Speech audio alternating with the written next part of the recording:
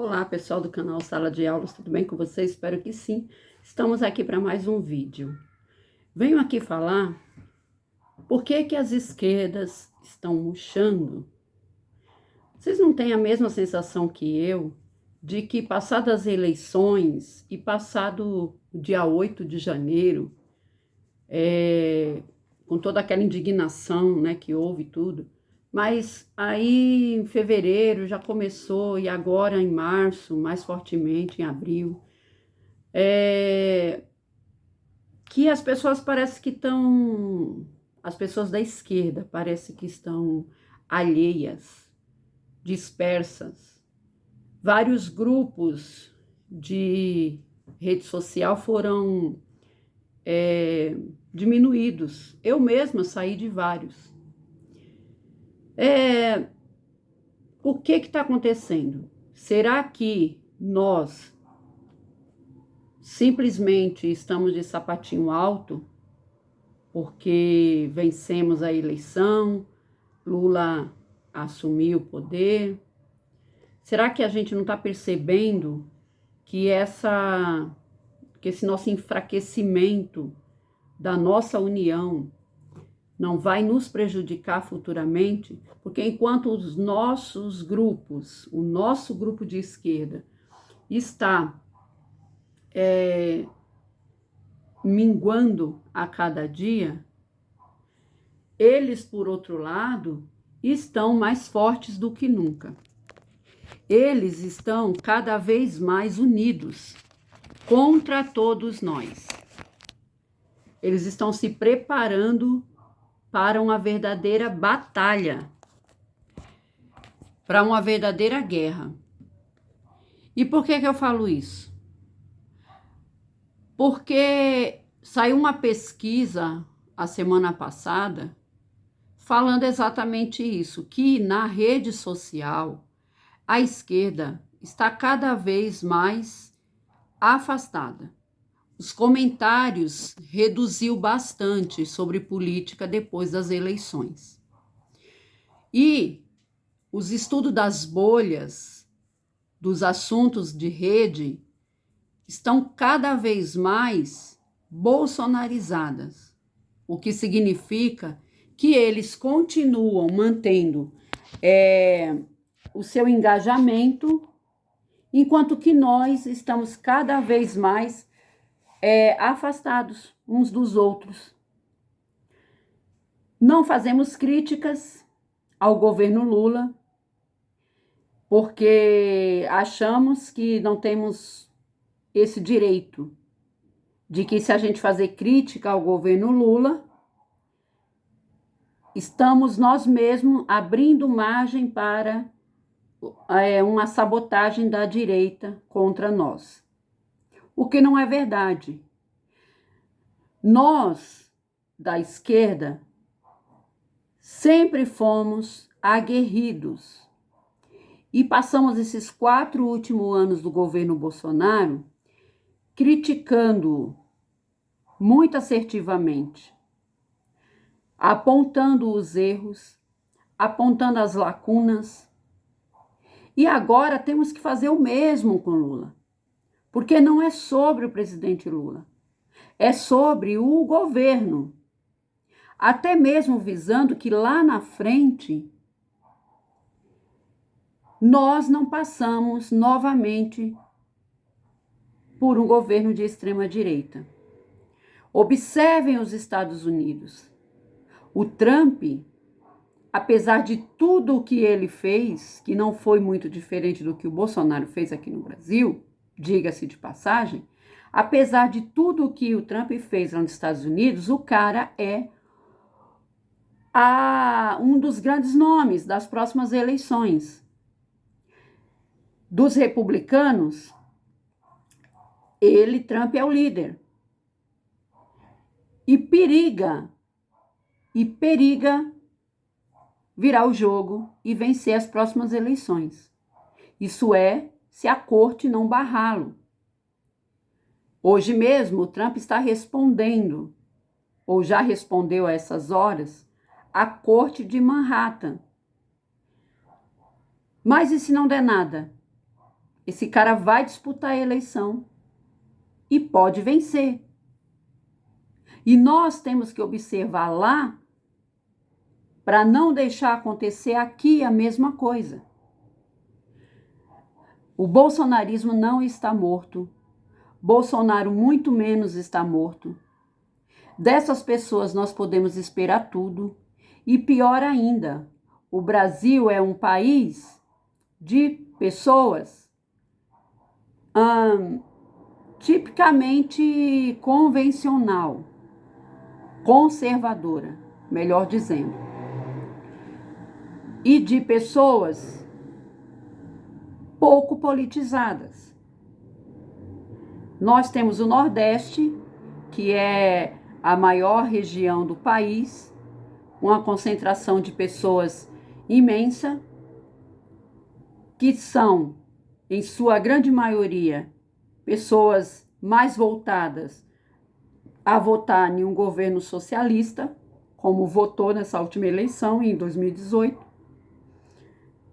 Porém, nós não podemos nos fiar apenas no Nordeste. Por quê? Porque a eleição ou as eleições não se ganha apenas com o voto do Nordeste. E nós não podemos esquecer também que a última eleição de 2022 foi muito apertada. Tudo bem, teve lá o uso da máquina pública, Bolsonaro abusou, como todos nós sabemos. A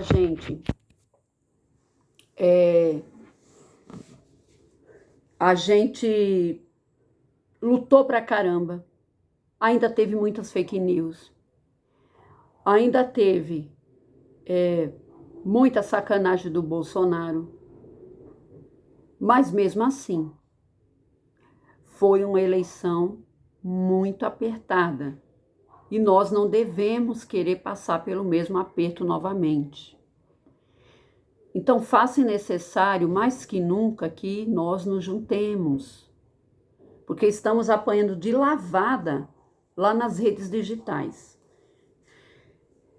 É necessário que a gente se engaje mais. É necessário que a gente apoie mais os parlamentares, como o Janones, como o Randolfo Rodrigues, como o Flávio Dino, que é ministro, mas que tem rede social. E fortalecer também a rede social do Lula. Milhões de seguidores tem o Bolsonaro. E não pensem que os 700 mil mortos oficiais da Covid vai surtir efeito nas próximas eleições, porque tão pouco surtiu agora, em 2022. O povo brasileiro tem memória curta. Logo mais não se lembrará nem sequer que existe Covid. Por quê? Porque Lula está vacinando essas pessoas. Daqui a pouco a pandemia para nós vai ser passado.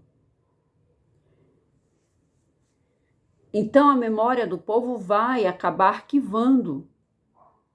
Só que o Bolsonaro continua aí.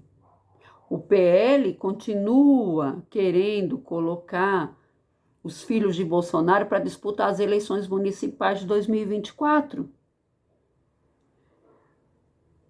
O Bolsonaro falou, quando voltou, que pretende eleger mais de 1.000 prefeitos. O Brasil tem mais de 5.600 cidades, 5.600 municípios, e todos eles terão eleições no próximo ano. Estou tentando aqui achar, a luz está me incomodando. Porém, se esse cara consegue eleger 1.000 pessoas, 1.000 prefeitos, vai ser muito ruim para o resto do governo Lula. Então, pessoal, faz necessário que a gente mantenha o engajamento, mantenha a união, faça vídeos. Se você não tem canal, poste vídeos, compartilhe, curta, sempre. A gente não pode deixar a peteca morrer, a gente não pode, a peteca cair. A gente não pode permitir que essa coisa horrorosa chamada bolsonarismo se mantenha vivo para as próximas eleições presidenciais em 2026. Independente de ser o Lula candidato à reeleição ou ser qualquer um outro, é necessário que este candidato de esquerda de 2026 tenha a possibilidade de disputar eleições com opositores, como sempre foi antes do Bolsonaro, e não como inimigos. É necessário que haja disputa de eleição honestas e não perturbadas como foi a de 2022, que nós sabemos agora pelo depoimento do ex-ministro do Bolsonaro, o André Torres, que eles se interferiram com a polícia rodoviária, impedindo o Nordeste de votar.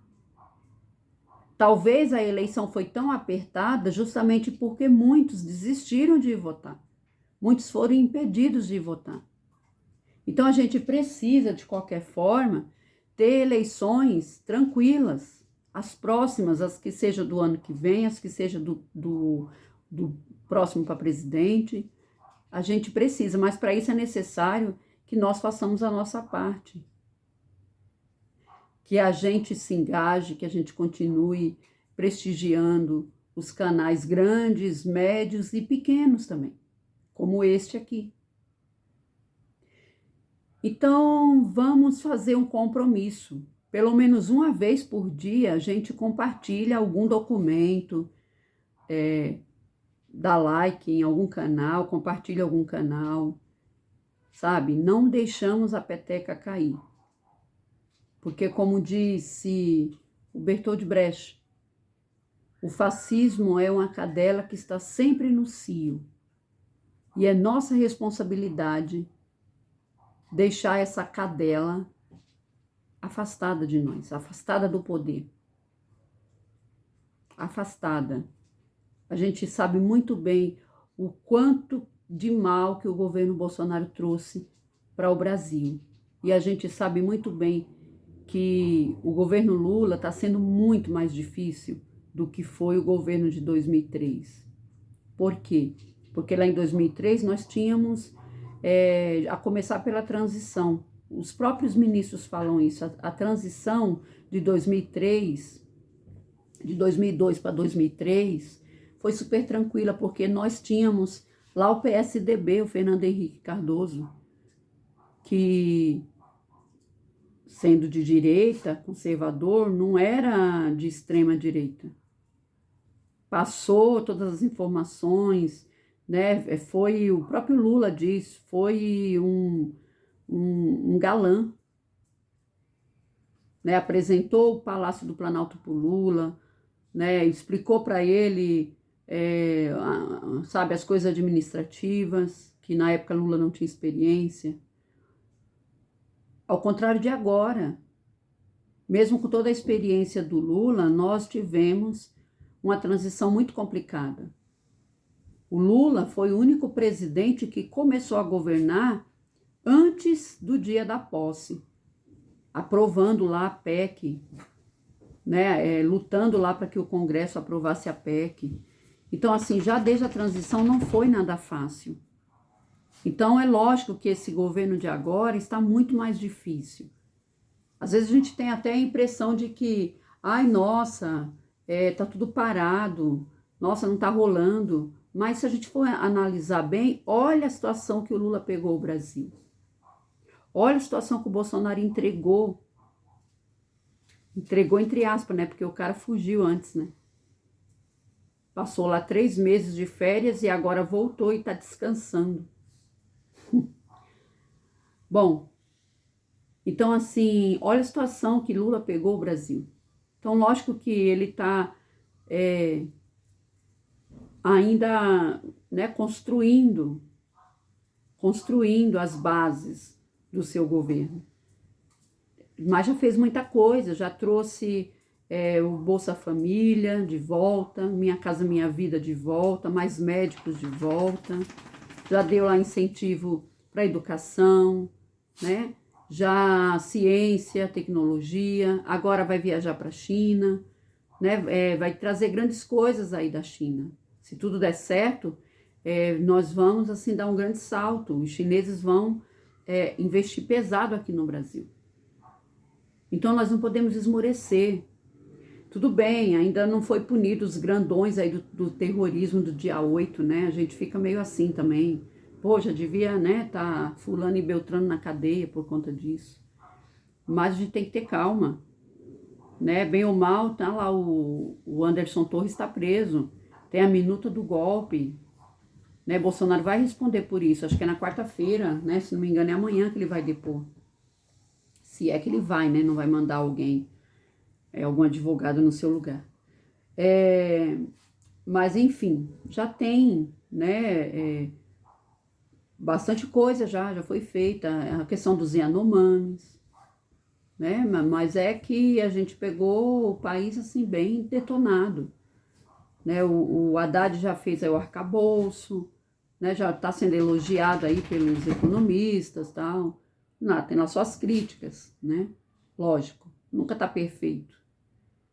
Mas, assim, só tem que prestar atenção aos cargos, né? Quem é que está colocando em alguns cargos, porque está nomeando aí, fez uma frente ampla, né? O Lula e o PT fez uma frente ampla para vencer as eleições, né? E para ter apoio para governar, porque não adianta a gente se iludir, a gente precisa de apoio, né? E do Centrão, desde a época de Fernando Henrique Cardoso, sabe? Fernando Collor, todos. Não adianta querer se contrapor ao parlamento. A Constituição do Brasil, ela é construída em cima de uma ideia de um presidencialismo misturado com parlamentarismo. Justamente porque se pensou que no plebiscito o povo fosse escolher o regime parlamentarista. Só que aí o povo manteve a sua escolha no presidencialismo e a Constituição já estava feita, né? Já estava ali vigorando, graças a Deus. Mas é isso, nós temos uma Constituição com bases duras no parlamentarismo. Então não adianta querer governar sozinho. Aqueles que tentaram se contrapor ao parlamento simplesmente não governaram. A exemplo do Fernando Collor, né, que tinha lá aquela história de que a história lá dos Marajás, né, anticomunismo e blá blá blá, e não se entendia com o parlamento e caiu, foi empichado.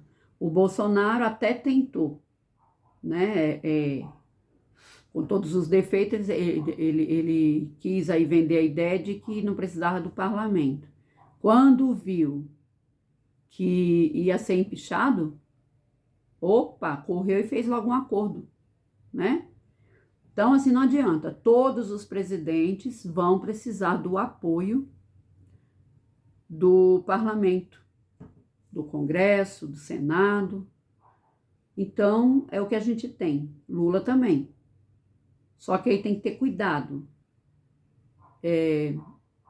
Nessa frente ampla, né? Quem é que tem que ter cuidado com quem os seus ministros andam nomeando para assumir pastas de secretarias, por exemplo. Já tem casos aí de ter bolsonaristas. Flávio Dino mesmo indicou um outro dia, né? E teve que tirar porque caiu mal. Mas aí nós já temos aí outros ministros que já estão nomeando aí para as pastas importantes, segundo Tiago dos Reis, né? E Eduardo Guimarães, que eu assisto bastante, já está nomeando pessoas que apoiaram o Bolsonaro na rede, nas mídias. Então, assim, pô, tem que ver, né? Tem que abrir os olhos, Lula, e é uma crítica que a gente deve fazer, sim. Nós temos direito de criticar o governo Lula. Nós que votamos nele. Temos total direito. Que a gente, ao contrário da direita, a gente não votou em um mito, não. A gente votou em um homem, em um ser humano. Em um candidato que nos vendeu ideias de que a gente acredita. Planos de governo que nós acreditamos e queremos para o Brasil. Então, eles não têm o direito de criticar o Lula. Nós temos, porque nós elegemos ele. Certo? Então, não é que eles não têm direito, eles até têm, porque nós também criticamos o Bolsonaro sem ter votado nele. Né? Somos todos brasileiros, todos nós temos direitos. Mas, assim, muito mais do que eles, nós temos, porque nós elegemos o Lula. Então, não adianta ficar com essa história de que, ai, não, tá tudo perfeito. Não, tem que abrir muito bem os olhos. Que é pra gente não ser picado por nenhuma víbora, se é que vocês me entendem. E é isso. Vamos se unir de novo. A direita está construindo a sua eleição de 2024 e 2026. Nós também temos que continuar reconstruindo o nosso governo e as próximas eleições.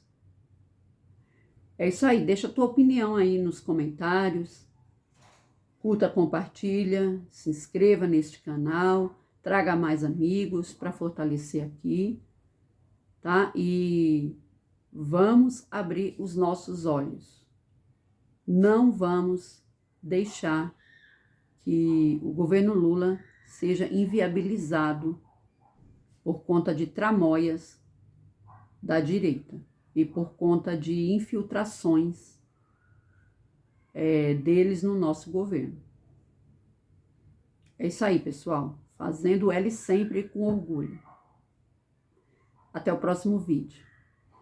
Podendo colaborar no Pix 252-791-61802.